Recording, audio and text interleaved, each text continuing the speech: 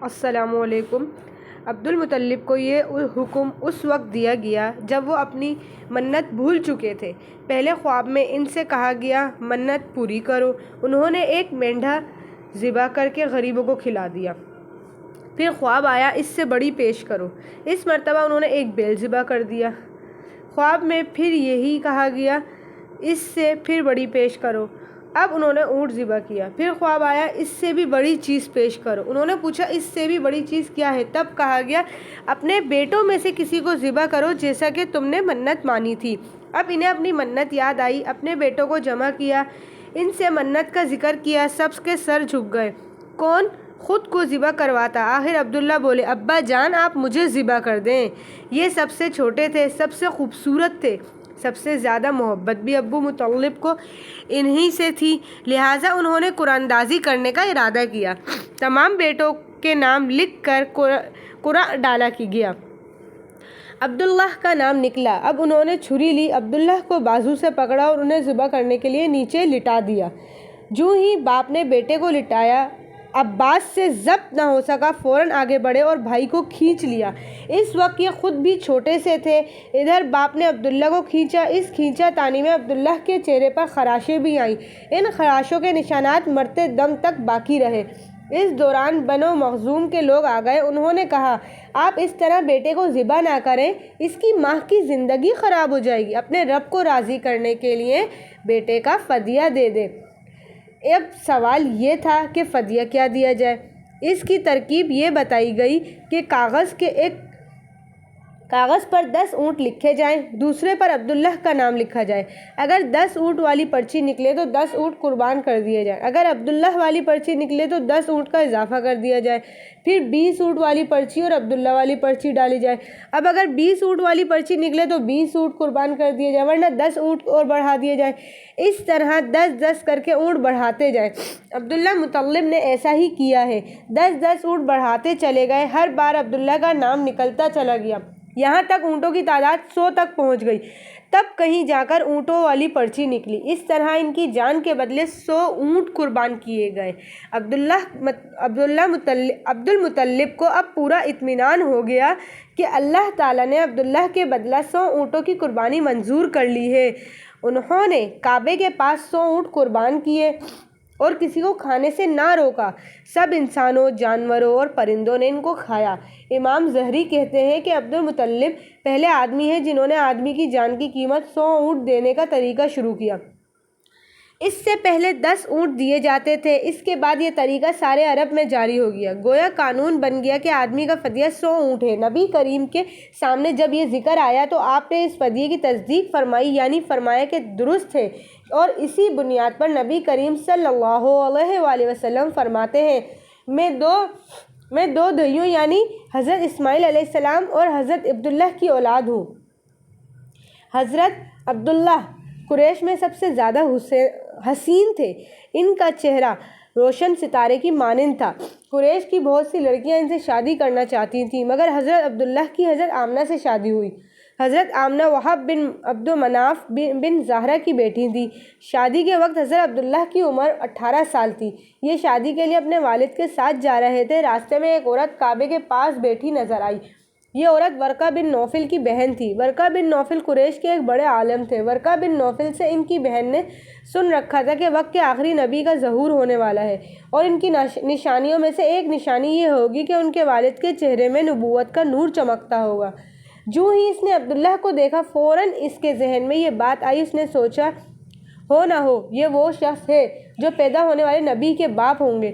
چنانچہ اس نے کہا اگر تم مجھ سے شادی کر لو تو میں تمہیں بدلے میں اتنے ہی اونٹ دوں گی جتنے تمہاری جان کے بدلے میں ذبح کیے گئے تھے۔ اس پر انہوں نے جواب دیا میں اپنے باپ کے ساتھ ہوں، ان کی مرضی کے خلاف کچھ نہیں کر سکتا، نہ ان سے الگ ہو سکتا ہوں، اور میرے والد باعزت آدمی ہیں، اپنی قوم کے سردار ہیں۔ بہرحال ان کی شادی حضرت آمنہ سے ہو گئی۔ اب قریش کی عورتوں میں نسب اور مقام کے اعتبار سے افضل تھی۔ آپ قریش کی عورتوں میں نسب اور مقام کے اعتبار سے افضل تھی۔ حضرت آمنہ حضرت عبداللہ کے گھر آ گئیں۔ آپ فرماتی ہیں جب میں ماں بننے والی ہوئی تو میرے پاس ایک شخص آیا، یعنی ایک فرشتہ انسانی شکل میں آیا۔ اس وقت میں جاگنے اور سونے کے درمیانی حالت میں تھی۔ اس نے مجھ سے کہا، کیا تمہیں معلوم ہے تم اس امت کی سردار اور نبی کی ماں بننے والی ہو؟ اس کے بعد وہ پھر اس وقت آیا جب نبی کریم صلی اللہ علیہ وآلہ وسلم پیدا ہونے والے تھے۔ اس مرتبہ اس نے کہا، جب تمہارے ہاں پیدائش ہو تو کہنا میں اس بچے کے لیے اللہ کی پناہ چاہتی ہوں ہر حسد کرنے والے کے شر اور برائی سے۔ پھر تم اس بچے کا نام محمد رکھنا، کیونکہ ان کا نام تو رات میں احمد ہے اور زمین اور آسمان والے ان کی تعریف کرتے ہیں، جبکہ قرآن میں ان کا نام محمد اور قرآن ان کی کتاب ہے۔ ایک روایت کے مطابق فرشتے نے ان سے یہ کہا، تم وقت کے سردار کی ماں بننے والی ہو۔ اس بچے کی نشانی یہ ہوگی کہ اس کے ساتھ ایک نور ظاہر ہوگا جس سے ملک شام اور بصرہ کے محلات بھر جائیں گے۔ جب وہ بچہ پیدا ہو جائے گا تو اس کا نام محمد رکھنا، کیونکہ توریت میں ان کا نام احمد ہے کہ آسمان اور زمین والے ان کی تعریف کرتے ہیں، اور انجیل میں ان کا نام احمد ہے کہ آسمان اور زمین والے ان کی تعریف کرتے ہیں، اور قرآن میں ان کا نام محمد ہے۔ حضرت عبداللہ کے چہرے میں جو نور چمکتا تھا شادی کے بعد وہ حضرت آمنہ کے چہرے میں آ گیا تھا۔ امام زہری فرماتے ہیں، حاکم نے یہ روایت بیان کی ہے اور اس کو صحیح قرار دیا ہے کہ صحابہ رضی اللہ عنہ نے حضور کریم صلی اللہ علیہ وسلم سے عرض کیا، اے اللہ کے رسول، ہمیں اپنے بارے میں کچھ بتائیے۔ آپ صلی اللہ علیہ وآلہ وسلم نے ارشاد فرمایا، میں اپنے باپ ابراہیم علیہ السلام کی اولاد ہوں، اپنے بھائی عیسیٰ علیہ السلام کی بشارت ہوں اور خوشخبری ہوں۔ جب میں اپنی والدہ کے شکم میں آیا تو انہوں نے دیکھا گویا ان سے ایک نور ظاہر ہوا ہے جس سے ملک شام میں بصرہ کے محلات روشن ہو گئے۔ حضرت آمنہ نے حضرت حلیمہ سعدیہ سے فرمایا تھا، میرے اس بچے کی شان نرالی ہے، یہ میرے پیٹ میں تھے تو مجھے کوئی بوجھ اور تھکن محسوس نہیں ہوئی۔ حضرت عیسیٰ علیہ السلام وہ آخری پیغمبر ہیں جنہوں نے آپ صلی اللہ علیہ وآلہ وسلم کی آمد کی خوشخبری سنائی ہے۔ اس بشارت کا ذکر قرآن میں بھی ہے۔ سورہ صف میں اللہ تعالیٰ فرماتے ہیں، اور اسی طرح وہ وقت کی قابل ذکر ہے جبکہ عیسیٰ ابن مریم علیہ السلام نے فرمایا کہ اے نبی اسرائیل، میں تمہارے پاس اللہ کا بھیجا ہوا آیا ہوں کہ مجھ سے پہلے جو تورات آ چکی ہے میں اس کی تصدیق کرنے والا ہوں، اور میرے بعد جو ایک رسول آنے والے ہیں ان کا نام مبارک احمد ہوگا، میں ان کی بشارت دینے والا ہوں۔ اب چونکہ حضرت عیسیٰ علیہ السلام یہ بشارت سنا چکے تھے، اس لیے ہر دور کے لوگ آپ صلی اللہ علیہ وآلہ وسلم کی آمد کا بے چینی سے انتظار کر رہے تھے۔ ادھر آپ کی پیدائش سے پہلے ہی حضرت عبداللہ انتقال کر گئے۔ سابقہ کتب میں آپ کی نبوت کی ایک علامت یہ بھی بتائی گئی ہے کہ آپ کے والد کا انتقال آپ کی ولادت سے پہلے ہو جائے گا۔ حضرت عبداللہ ایک تجارتی قافلے کے ساتھ تجارت کے لیے گئے تھے۔ اس دوران بیمار ہو گئے اور کمزور ہو کر واپس لوٹے۔ قافلہ مدینہ منورہ سے گزرا تو حضرت عبداللہ اپنی ننیال یعنی بنو نجار کے ہاں ٹھہرے۔ ان کی والدہ بنو نجار سے تھیں۔ 1 ماہ تک بیمار رہے اور انتقال کر گئے۔ انہیں یہیں دفن کر دیا گیا۔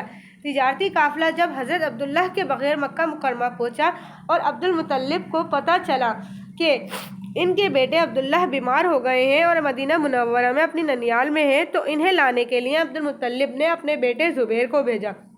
جب یہ وہاں پہنچے تو عبداللہ کا انتقال ہو چکا تھا۔ مطلب یہ کہ آپ صلی اللہ علیہ وآلہ وسلم اس دنیا میں اپنے والد کی وفات کے چند ماہ بعد تشریف لائے ہیں۔ مزید معلومات، مزید قصے سننے کے لیے آپ میری ویڈیو کو لائک، سبسکرائب اور شیئر کرنا نہ بھولیں۔